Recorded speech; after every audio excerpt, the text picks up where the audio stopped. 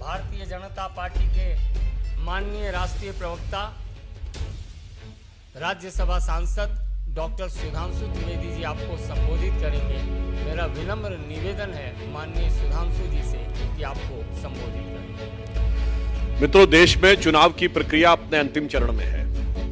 चुनाव समाप्त हो गए, परंतु इन चुनावों में जहां एक तरफ विश्व के सबसे बड़े, व्यवस्थित और तकनीकी दृष्टि से न्यू टेक्नोलॉजी से एप्रोप्रिएटेड इलेक्शंस हुए, वहीं उसी के साथ और दुख की बात यह है, देखिए, चुनाव होते रहते हैं, सरकारें आती जाती रहती हैं, परंतु देश और लोकतंत्र की मर्यादा और लोकतंत्र की लोकलाज और लोकतंत्र की प्रतिष्ठा पर सवाल नहीं उठने चाहिए। पहले हमारे विपक्षी दलों ने उन्होंने हमारे नेता प्रधानमंत्री श्री नरेंद्र मोदी जी के प्रति अपशब्दों का प्रयोग किया, कोई बात नहीं, हमने स्वीकार किया। भारतीय जनता पार्टी के प्रति करिए, स्वीकार्य है। हमारी सरकार के प्रति करिए, स्वीकार्य है। पर जब आप लोकतंत्र के ऊपर कुठाराघात करने का प्रयास करते हैं और राष्ट्र की गरिमा को धूमिल करने का प्रयास करते हैं, तो यह कतई अस्वीकार्य है। इन चुनावों में हमने देखा, हमारा मोदी जी के नेतृत्व में भारतीय जनता पार्टी और एनडीए का एक ही मूल मंत्र रहा, विकास, और विकास के आधार पर विश्वास। और विपक्षी दलों का एक ही मूल मंत्र रहा, भ्रम, भ्रम के आधार पर भय। और मैं उसके डिटेल में नहीं जाना चाहता, किस प्रकार का दुष्प्रचार किया गया, तो कहीं लोकतंत्र खत्म हो जाएगा, तो कहीं संविधान खत्म हो जाएगा, तो कहीं पर आरक्षण समाप्त हो जाएगा, तो कहीं पर उत्तर दक्षिण में विभाजन करवा दें, और अनेक अनेक प्रकार की अनर्गल, आधारहीन, भड़काऊ बातें की। परंतु इधर जो विषय चुनावी प्रक्रिया को लेकर उठाए गए, आपने देखा कि चुनाव आयोग ने उसका युक्ति संगत और तकनीकी उत्तर दिया है। जो बातें मांगी गई थी, डिमांड, वो सारी बातें पूरी हुई हैं। परंतु मैं सिर्फ एक बात कहना चाहूंगा, चुनाव की हार की निश्चितता, यानी certainty of N inevitable electoral defeat might have put up salinity in their mind. चुनाव की पराजय की निश्चितता ने ऐसा प्रतीत होता है कि विपक्ष के मन में एक विक्षिप्तता भर दी। इसलिए इस प्रकार के आरोप कि 150 डीएम को फोन किए गए, चुनाव आयोग ने कहा बताइए, आपने संख्या कोट की है, संख्या कोट की है तो बताइए कौन है। तो कहते हैं 7 दिन का समय, उन्होंने कहा शाम तक दीजिए, क्योंकि आपने कहा ये चुनावी प्रक्रिया को प्रभावित करने वाला है। यह दर्शाता है किस प्रकार के अनर्गल बातें उन्होंने करने का प्रयास किया है। इस चुनाव में क्या क्या नहीं हुआ है, प्रॉपर्टी डिस्ट्रीब्यूशन से लेके, मतलब ऐसी कोई भी चीज जिससे लेकर समाज के अंदर विप्लव पैदा किया जा सके। और हकीकत तो यह है कि हमारी सरकार ने एक्सरे किया, और एक्सरे के बाद 2200 करोड़ की जो प्रॉपर्टीज निकली हैं, वो बातें कैश सामने दिखाई पड़ रहा। चुनाव की हार जीत के लिए आप परिपक्व विपक्ष की भूमिका कैसे निभाई जानी चाहिए, हमसे सीखिए। हम सबसे लंबे समय तक विपक्ष में रहे हैं, सबसे ज्यादा चुनाव हारे हैं, कभी भी इस प्रकार का आचरण नहीं किया है। तो अब साबित हो गया ना, कांग्रेस को सरकार चलाना आता है, ना विपक्ष की भूमिका निभाना। धन्यवाद। इंग्लिश में, friends, the elections have come in the last phase. Electoral process has completed, but unfortunately, this election, though it was world's biggest election, meticulously elaborated, technologically infused process has been used, which has seen the least number of electoral violence and even electoral malpractices. Despite that, it has seen the worst form of verbal hatred which has been tried to inflict to create an unrest in the society. Sometimes these type of frivolous and flimsy allegations like the democracy is in danger, sometimes the reservation is in danger, sometimes north and south divide, and sometimes distribution of the property and others, these type of things have been done. But we are ready to accept any allegation. They have used the dastardly words against our leader, Prime Minister Shri Narendra Modi. We have accepted it. We have not reacted on it. they have abused Bharatiya Janata Party. You are welcome. It's a democracy. You can criticize the government. You are welcome. It's a democracy. But you cannot criticize the spirit of democracy. You cannot criticize the government. You are not allowed to demean the dignity of the country just for the sake of your political gain and disrespecting the democracy. Right now they have come to a new low.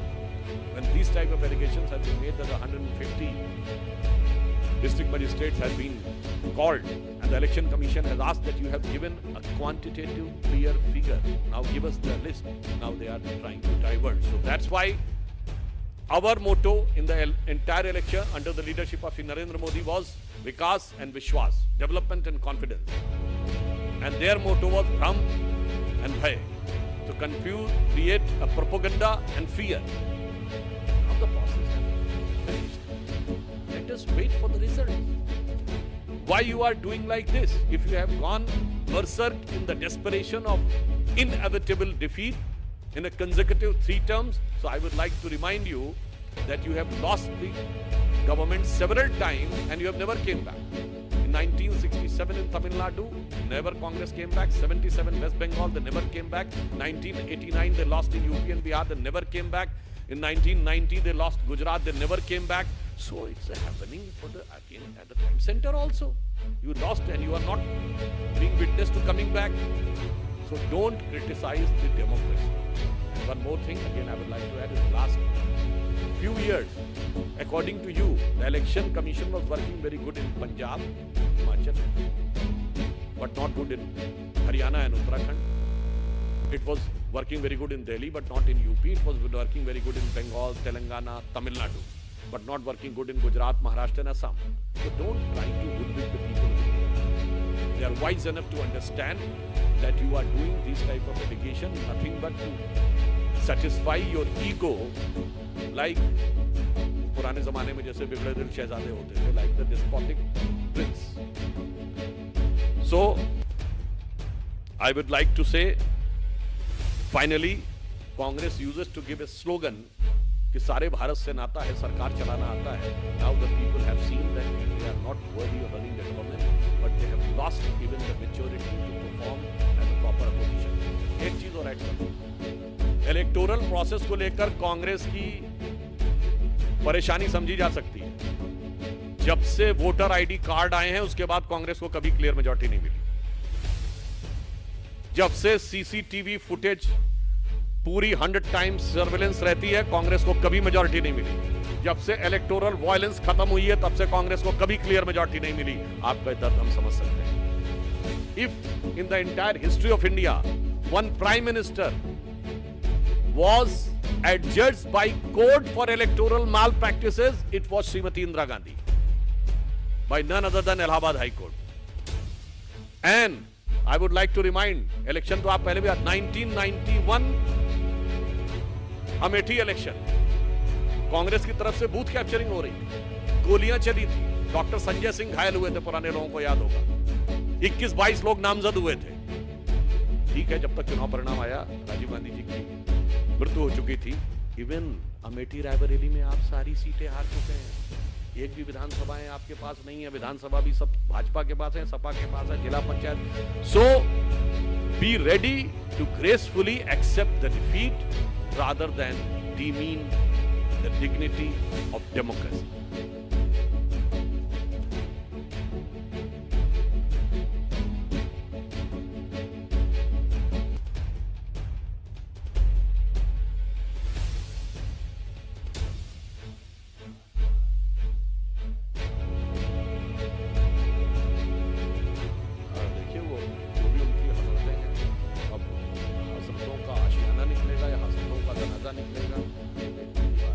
परंतु जो बातें उन्होंने कही है technically उनको election commission को list देती, चुनाव आयोग ने माना है.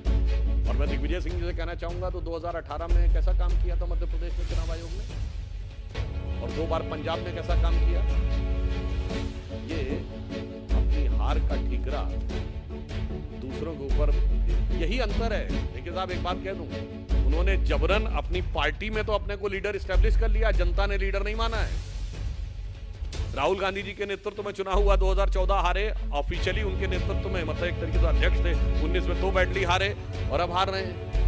अखिलेश यादव जी, मुलायम सिंह जी 2012 में मुलायम सिंह जी के नेतृत्व में चुनाव हुआ, वो जीते और 17 में 57 पे आ गए, फिर हार गए। बिल्कुल समय समय पर चुनावी प्रक्रिया में तकनीकी सुधार और उसके अंदर वांछित संशोधन किए जाते रहे।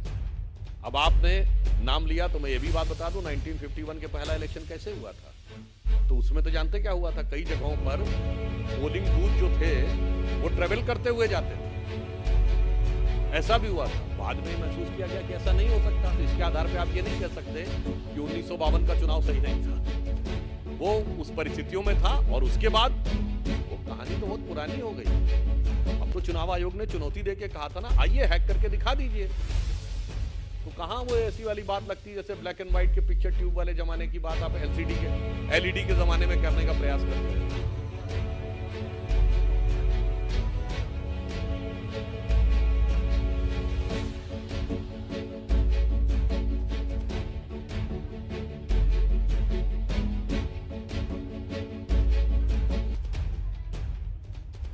देखिए, जिस प्रकार का ट्रैक रिकॉर्ड रहा है, सिर्फ पश्चिम बंगाल ही एकमात्र प्रांत रह गया जहां से हिंसा की घटनाएं अभी भी होती रही हैं। इसलिए जो उन्होंने संभावना व्यक्त की है, हम आशा करते हैं और अपेक्षा करते हैं कि चुनाव आयोग इन सारी विषयों के ऊपर पूरी सतर्कता और सजगता के साथ नजर रखेगा और इस विषय को सुनिश्चित करेगा कि तृणमूल कांग्रेस के जो बवाली एलिमेंट हैं वो किसी प्रकार का प्रभाव मतगणना पर न डालें।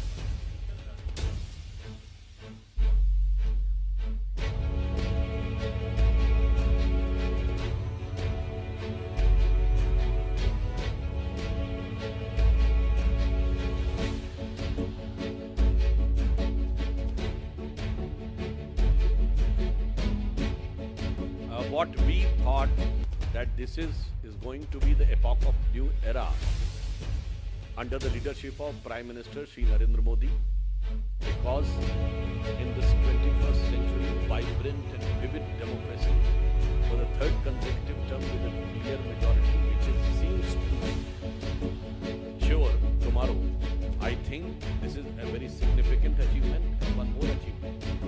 मैंने पहले कहा, जो डेमोक्रेसी मैच्योर हुई है त्यों भाजपा की ताकत बढ़ी। मैंने आपसे कहा, वोटर आईडी कार्ड के बाद ही हमारी पहली सरकार बनी,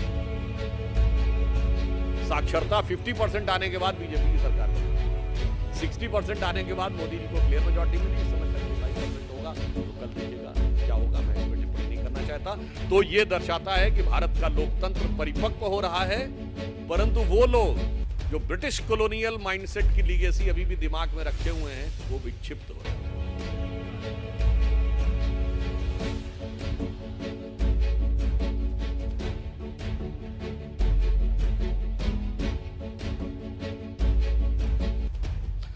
वैसे तो आपको मैं नाम नहीं लेना चाहता, एक बहुत बड़े देश का प्रमुख अखबार जो सामान्यतः रूप से भारत के पक्ष में कभी नहीं बोलता, उसने भी अपनी टिप्पणी में लिखा है कि मोदी जी आने वाले हैं तो फिर ये प्रायोरिटीज रहेंगी, तीसरी अर्थव्यवस्था बनने की बात होगी। पर जहां तक आपने मोदी जी की बात कही है,